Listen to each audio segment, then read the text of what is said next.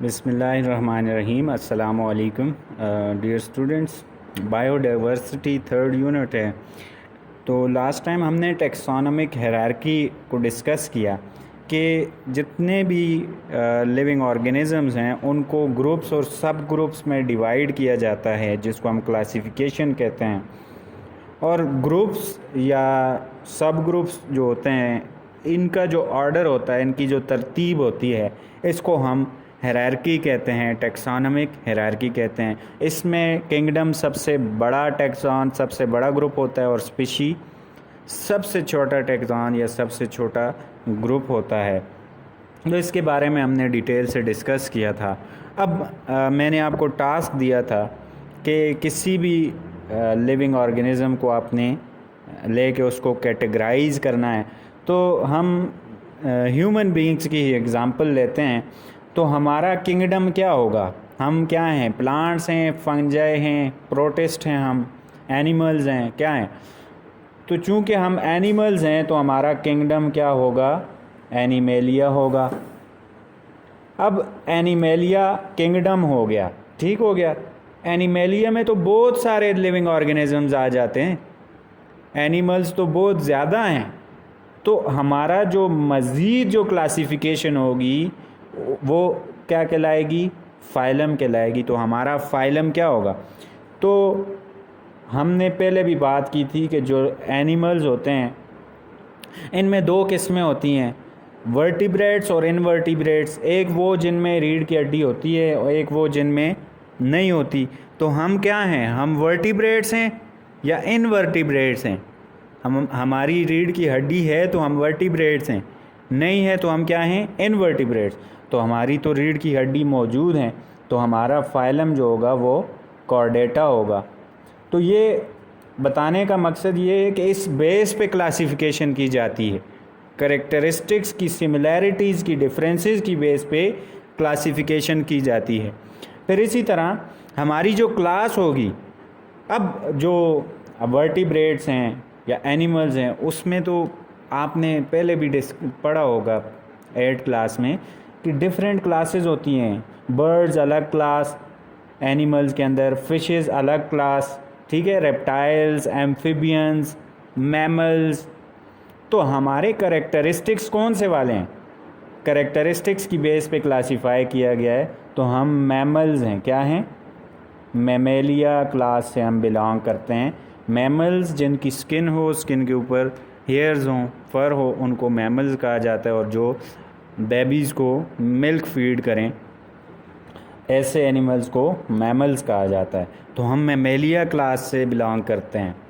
फिर मैमल्स तो बहुत सारे हैं, बहुत सारे लिविंग ऑर्गेनिजम्स के स्किन है, उसके ऊपर बाल हैं। बफेलो को आप देखें, बहुत सारे।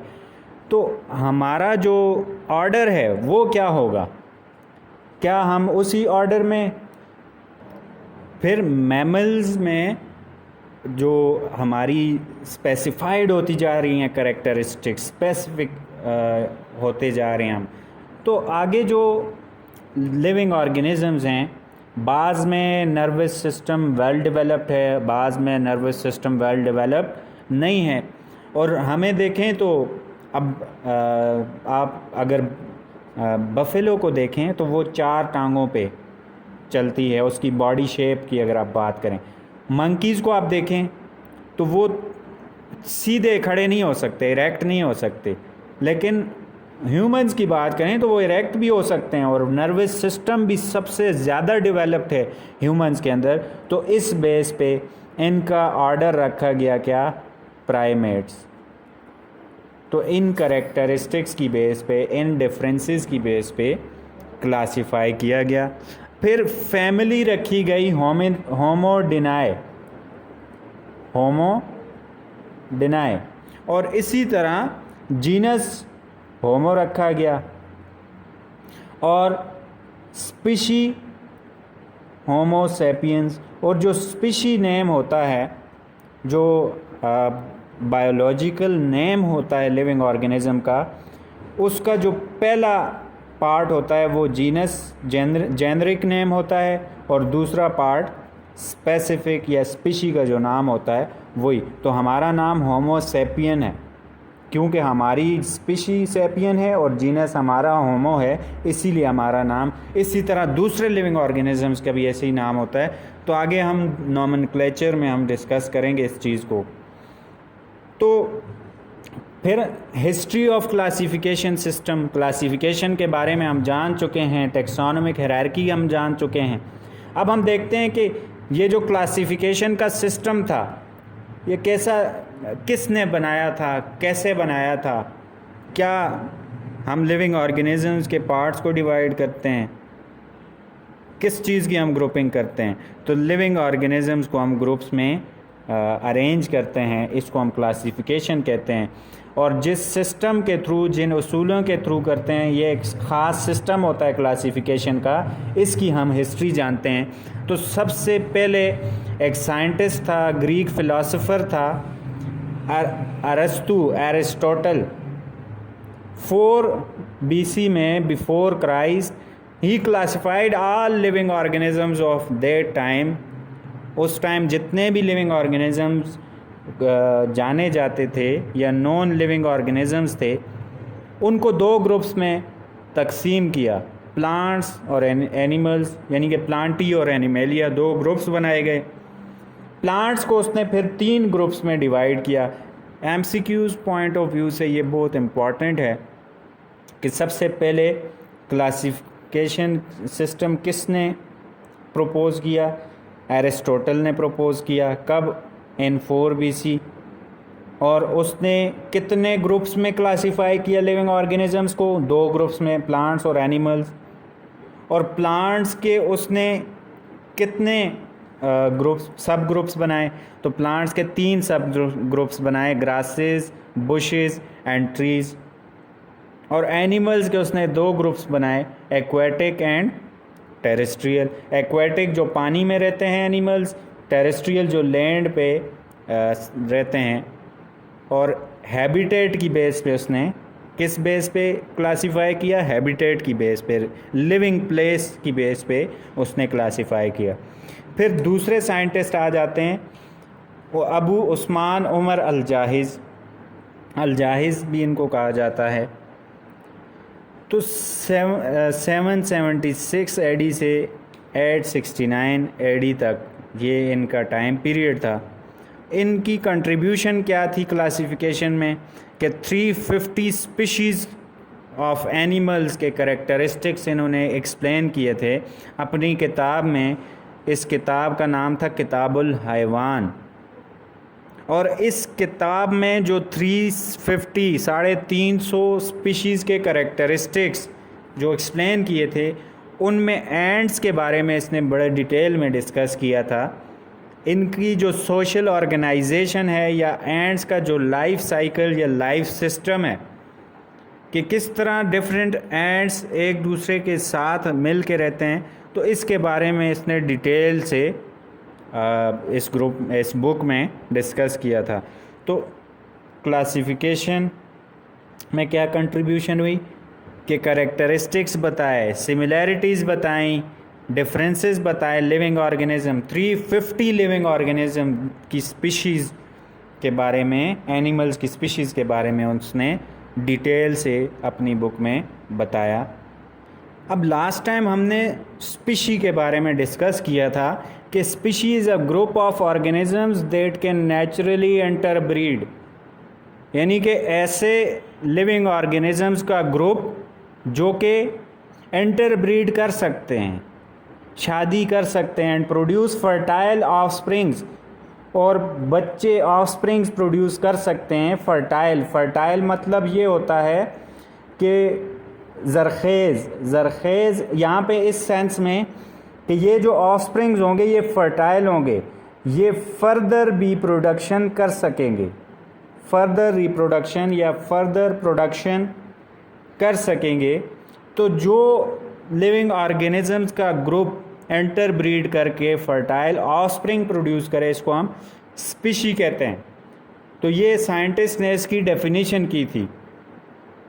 अब जो ऑर्गेनिजम्स डिफरेंट लेकिन क्लोजली रिलेटेड स्पीशी से हों, वो भी क्रॉस ब्रीड कर सकते हैं। तो ये इंटर ब्रीड वाला कॉन्सेप्ट गलत हो गया। बाद में साइंटिस्ट को क्या पता चला कि the concept of cross breeding inter breeding is rejected, यानी कि इंटर ब्रीड मतलब कि सेम स्पीशी का ऑर्गेनिज्म अपनी सेम स्पीशी के साथ ब्रीड कर सकता है, इसको इंटर ब्रीड कहते हैं। तो क्रॉस ब्रीड यानी कि एक स्पीशी है और दूसरा दूसरी स्पीशी है, तो ये क्रॉस ब्रीड होगा। ये जो ब्रीडिंग होगी ये क्या होगी? क्रॉस ब्रीडिंग होगी। तो आर्टिफिशियल कंडीशंस में जब हम क्रॉस ब्रीडिंग करवाते हैं, इसमें और नेचुरल ब्रीडिंग में फ़र्क क्या होता है? नेचुरल ब्रीडिंग में फर्टाइल ऑफस्प्रिंग प्रोड्यूस होते हैं और आर्टिफिशियल ब्रीडिंग में इनफर्टाइल ऑफस्प्रिंग्स प्रोड्यूस होते हैं, यानी कि ये मज़ीद आगे रिप्रोडक्शन के काबिल नहीं रहते, रिप्रोड्यूस नहीं कर सकते। इसकी जो एग्ज़ाम्पल है हमारे पास, ये जो न्यू साइंटिस्ट के सामने बात आई कि डिफरेंट स्पीशी के ऑर्गेनिजम्स भी ब्रीड कर सकते हैं, जिसको हम क्रॉस ब्रीड कहते हैं, लेकिन ये क्लोजली रिलेटेड होते हैं। मैंने आपको पहले भी बताया था कि स्पैरो से क्लोजली रिलेटेड फिश है या पिजन है, तो डेफिनेटली पिजन इससे क्लोजली रिलेटेड स्पीशी है। तो क्लोजली रिलेटेड स्पीशीज़ ब्रीड कर सकते हैं आर्टिफिशियल कंडीशंस अगर प्रोवाइड की जाए उनको। इसकी एग्जांपल है cross between male donkey and female horse produce infertile mule, के मेल डंकी और फीमेल हॉर्स, डंकी और हॉर्स आपको फ़र्क पता है, तो इनका जब हम आपस में क्रॉस करवाएंगे तो इनसे म्यूल प्रोड्यूस होता है, खच्चर जिसको कहते हैं, यानी कि गधा और घोड़े का जब क्रॉस होगा तो उससे म्यूल खच्चर पैदा होगा, लेकिन ये खच्चर रिप्रोडक्शन नहीं कर सकता, ये इनफर्टाइल होगा। ये एग्जांपल अक्सर पूछी जाती है शॉर्ट क्वेश्चन में कि आर्टिफिशियल ब्रीडिंग या क्रॉस ब्रीडिंग की एग्जांपल दें, तो male donkey when cross with female horse will produce infertile mule. This is the example of artificial cross breeding. तो जो लेटेस्ट या मॉडर्न डेफिनीशन है स्पीशी की, चूँकि हमने वहाँ पे जो इंटर ब्रीड का कॉन्सेप्ट यूज़ किया था उस डेफिनेशन में, वो तो गलत साबित हुआ। तो साइंटिस्ट ने क्या किया, जो न्यू डेफिनेशन बनाई जिस पे तमाम बायोलॉजिस्ट एग्री करते हैं, वो डेफिनेशन स्पीशी की क्या है कि species are the group of organisms with similar characteristics. यहाँ पे कैरेक्टरिस्टिक्स की बात की, यहाँ पे ब्रीडिंग की बात नहीं हुई। तो कैरेक्टरिस्टिक्स की बेस पे जो ऑर्गेनिजम्स को सेम ग्रुप में, जिस तरह तमाम इंसान के कैरेक्टरिस्टिक्स सेम हैं, तमाम स्पैरोज़ के कैरेक्टरिस्टिक्स सेम हैं, तो इस ग्रुप को हम स्पीशीज़ कहेंगे। They can be distinguished from other species, यानी कि ऐसा ग्रुप जो कि दूसरे स्पीशीज़ से डिस्टिंग्विश, फ़र्क किया जा सके। अब ठीक है, कैरेक्टरिस्टिक्स सेम हो गए इस ग्रुप के, लेकिन डिफरेंसेस भी होने चाहिए दूसरे ग्रुप से, दूसरे स्पीशीज़ से डिफरेंसेस भी होने चाहिए। And do not interbreed normally with other species, और नॉर्मली इंटरब्रीड दूसरे स्पीशीज़ के साथ ना कर सकें, उसको हम स्पीशी कहते हैं। अब यहाँ पे नॉर्मली का लफ्ज़ यूज़ किया गया, मॉडिफाई की गई डेफिनेशन। यहाँ पे लिखा जा सकता है कि they can artificially breed with other species, तो यहाँ पे इस बात को भी ऐड किया जा सकता है। सो स्पीशीज़ की जो डेफिनेशन आपने याद रखनी है वो क्या है कि group of organisms with similar characteristics and they can be distinguished from other species and they do not interbreed normally with other species. Normally ये इंटरब्रीड दूसरी स्पीशीज़ के साथ, they do not cross breed with other species, तो दूसरी species के साथ ये cross breed normally नहीं करते, आर्टिफिशियल कंडीशंस के अंदर ये कर सकते हैं। और फिर मेन पॉइंट जो लास्ट आपने लिखना है कि मेंबर्स ऑफ स्पीशीज़ के जो मेंबर्स हैं उनमें सेम नंबर ऑफ क्रोमोसोम्स होंगे। फॉर एग्ज़ाम्पल ह्यूमंस हैं तो ह्यूमंस के सेल्स के अंदर जो क्रोमोसोम का नंबर है वो 46 है। जितने भी ह्यूमन बीइंग्स हैं तमाम के सेल्स के अंदर 46 ही क्रोमोसोम होंगे। इसी तरह दूसरे लिविंग ऑर्गेनिजम्स के अंदर डिफरेंट नंबर होगा। तो ये हमने स्पीशी के बारे में देखा। अब क्लासिफिकेशन की हमने हिस्ट्री देखी कि एरिस्टोटल ने लिविंग ऑर्गेनिजम्स को 2 ग्रुप्स में डिवाइड किया, प्लांट्स और एनिमल्स में। फिर इसी तरह हमने बात की कि 350 स्पीशीज़ के कैरेक्टरिस्टिक्स अलजाहिज़ ने हमें बताए। तो जब फर्स्ट टाइम मॉडर्न एज में 1753 में एक साइंटिस्ट, स्विस साइंटिस्ट है कार्लस लिनियस, इसने सिस्टमेटिक क्लासिफिकेशन पहली दफ़ा की। अब पहले एरिस्टोटल ने क्लासिफिकेशन तो की लेकिन वो किसी सिस्टम के थ्रू नहीं की, वो हैबिटेट, सिंपल हैबिटेट की बेस पे की। तो किसी ख़ास सिस्टम के थ्रू जो क्लासिफिकेशन की वो फर्स्ट टाइम किसने की? कार्लस लिनियस ने की। और इसने भी क्या किया कि 2 किंगडम्स बनाए सेम एरिस्टोटल की तरह के प्लांटी और एनिमेलिया। जितने भी लिविंग ऑर्गेनिजम्स उस टाइम नोन थे उनको कुछ को प्लांट्स में रख दिया और कुछ को एनिमल्स में रख दिया। अब प्लांटी के अंदर जो उसने लिविंग ऑर्गेनिजम्स रखे वो ग्रीन प्लांट्स भी थे। एलजी को भी उसने प्लांटी में रखा क्योंकि कैरेक्टरिस्टिक्स प्लांट्स की तरह थे, ग्रीन होता है एलजी। फंजाई, मशरूम आपने देखा होगा, वो भी प्लांट्स की तरह मैच करता है स्ट्रक्चर वाइज, तो उसको भी इसने प्लांटी के अंदर रख दिया। बैक्टीरिया को भी इसने प्लांटी के अंदर रख दिया। और एनिमेलिया के अंदर तमाम ऑर्गेनिजम्स बाकी जो थे उसने एनिमेलिया के अंदर रख दिए। उसमें यूनिसेलुलर भी थे, उसमें मल्टी सेलुलर भी थे। अब यहाँ पे आपने देखा कि ये जो 2 किंगडम सिस्टम था, 2 किंगडम्स बना दिए, सिस्टमेटिक क्लासिफिकेशन कर दी कार्लस लिनियस ने। इसके ड्रॉबैक्स, इसकी लिमिटेशंस बाद में जो सामने आई वो क्या थी? तो आपको पता है कि हमने पीछे बहुत सारी चीज़ें डिस्कस की। हमने प्रोकैरियोटिक, यूकैरियोटिक डिस्कस किया कि कुछ लिविंग ऑर्गेनिजम्स के सेल्स वेल डिफाइंड न्यूक्लियस वाले होते हैं, कुछ के नहीं होते। तो उन चीज़ों का यहाँ पे ज़िक्र नहीं है, बहुत सारी चीज़ों का यहाँ पे इस सिस्टम में ज़िक्र नहीं था। सिमिलैरिटीज़ या डिफरेंसेस बहुत ज़्यादा पाई जाती थी इनके अंदर।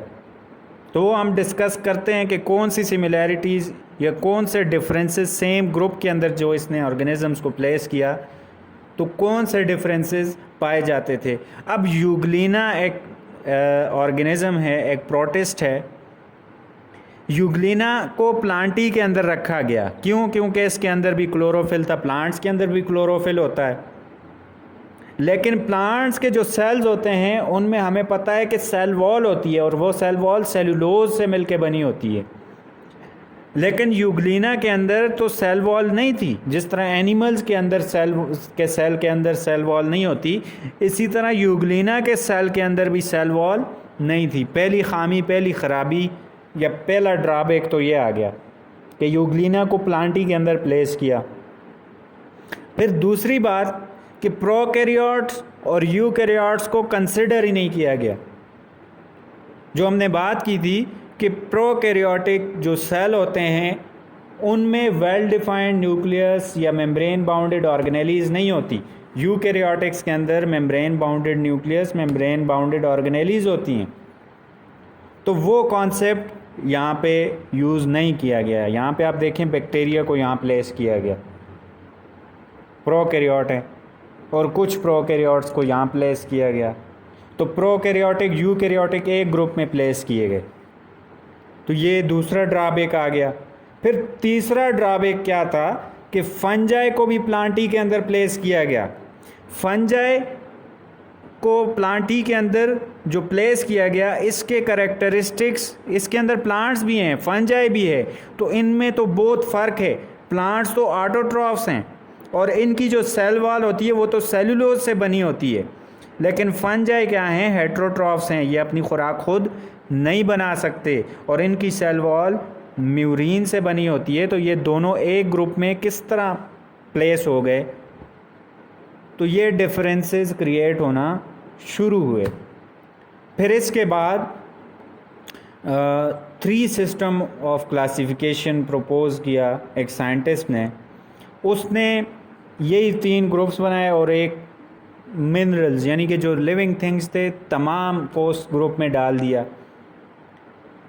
फिर वक्त के साथ साथ साइंटिस्ट ने को जब बहुत मज़ीद करेक्टरिस्टिक्स पता चले लिविंग ऑर्गेनिजम्स के, तो उन्होंने एक दूसरा सिस्टम बनाया जो कि आज तक उस सिस्टम पे को माना जाता है। उसी सिस्टम वही एक्सेप्टेबल सिस्टम है। इन फ्यूचर में भी मज़ीद किंगडम्स बन जाएं, जिस तरह हमने 5 किंगडम की बात की थी कि 5 जितने भी लिविंग ऑर्गेनिजम्स हैं उनके 5 मेजर ग्रुप्स हैं, 5 किंगडम्स हैं। तो in next lecture we will discuss about 5 kingdom system. Ernest Haeckel एक साइंटिस्ट था जिसने इस सिस्टम को प्रपोज किया, न्यू किंगडम सिस्टम को। तो उसके बारे में हम डिटेल से डिस्कस करेंगे। आज क्लासिफिकेशन की हमने हिस्ट्री देखी। एरिस्टोटल ने तमाम लिविंग ऑर्गेनिजम्स को 2 ग्रुप्स में क्लासिफाई किया, प्लांट्स और एनिमल्स में, और हैबिटेट की बेस पे उसने किया। और प्लांट्स की सब ग्रुप्स उसने 3 बनाई, ग्रासेस, बुशेस एंड ट्रीज़, और एनिमल्स की 2, एक्वेटिक और टेरेस्ट्रियल एनिमल्स। फिर अबू उस्मान उमर अल जाहिज़ ने 350 एनिमल्स की स्पीशीज़ के करेक्टरिस्टिक्स डिफ़ाइन किए, एक्सप्लेन किए अपनी बुक में किताबुल हयावान। ये एमसीक्यूज़ में अक्सर बुक का हवाला पूछ लिया जाता है या फिर इस हवाले से पूछ लिया जाता है। और इसमें जो इन्होंने एंड्स के ऊपर इनकी सोशल ऑर्गेनाइजेशन, लाइफ सिस्टम के बारे में डीपली एक्सप्लेन किया इस बुक के अंदर। फिर एक और साइंटिस्ट हैं इब्न रुश्द, उन्होंने अरेबिक में एरिस्टोटल के ये जो कॉन्सेप्ट था उसकी बुक को ट्रांसलेट किया अरेबिक में। फिर हमने डिस्कस किया स्पीशी के जो डेफिनेशन थी उसके ड्रॉबैक्स के बारे में, और जो न्यू या एक्सेप्टेबल जो डेफिनेशन है उसको हमने देखा कि the group of organism with similar characteristics, पहली बात। और दूसरी बात कि इस जो ग्रुप स्पीशी है दूसरी स्पीशी से मुख्तलिफ होनी चाहिए, they can be distinguished from other species. अब सिमिलर कैरेक्टरिस्टिक्स का जो ग्रुप है ये दूसरे ग्रुप से डेफिनेटली मुख्तलिफ होगा। और तीसरी बात क्या थी कि they do not cross breed normally ये क्रॉस ब्रीड नहीं करते, यानी कि दूसरी स्पीशीज़ के साथ ब्रीडिंग नहीं कर सकते। और फिर हमने 2 किंगडम सिस्टम देखा क्लासिफिकेशन का, कि कार्लस लीनियस ने फर्स्ट टाइम सिस्टमेटिक क्लासिफिकेशन शुरू की 1953 में, और इसने डिफरेंट ग्रुप्स बनाए, उसमें वैरायटी, किंगडम, ये सारी चीज़ें उसने यूज़ की। आजकल वैरायटी जो रैंक है या टेक्सॉन है वो यूज़ नहीं किया जाता, लेकिन जो इसकी ख़ास बात थी कि स्पीशी का जो नाम था वही ऑर्गेनिज़म का नाम था, स्पेसिफिक नेम, वो आगे हम डिस्कस करेंगे कि किस तरह नेमिंग की जाती है लिविंग ऑर्गेनिजम्स की। तो इसने 2 ग्रुप्स में लिविंग ऑर्गेनिजम्स को डिवाइड किया। इस ग्रुप में जो बाद में ख़राबियाँ आई, ड्रॉबैक्स थे, उनको हमने डिस्कस किया। ये 3 ड्रॉबैक्स थे कि यूग्लिना को प्लांटी में प्लेस किया गया जबकि इसकी सेल वॉल प्लांट्स के सेल वॉल से डिफरेंट है। प्लांट्स के अंदर सेल वॉल होती है और यूग्लिना के सेल में सेल वॉल नहीं होती। यूग्लिना का सेल प्लांट्स के सेल से डिफरेंट है। फिर प्रोकैरियोट्स यूकैरियोट का कॉन्सेप्ट ही इस क्लासिफिकेशन में नहीं था। और फंजाई जो कि प्लांटी में प्लेस था अपने ही मेंबर से बहुत ज़्यादा डिफ़र कर रहा था कि प्लांट्स ऑटोट्रॉफ्स होते हैं, ये हेट्रोट्रॉफ था। प्लांट की सेल वॉल सेलुलोज से बनी होती है और फंजाई की म्यूरीन से।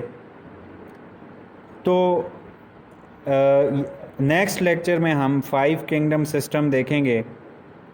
आज हमने 2 किंगडम सिस्टम देखा क्लासिफिकेशन का, और हिस्ट्री देखी क्लासिफिकेशन की, और स्पीशी के बारे में हमने डिस्कस किया।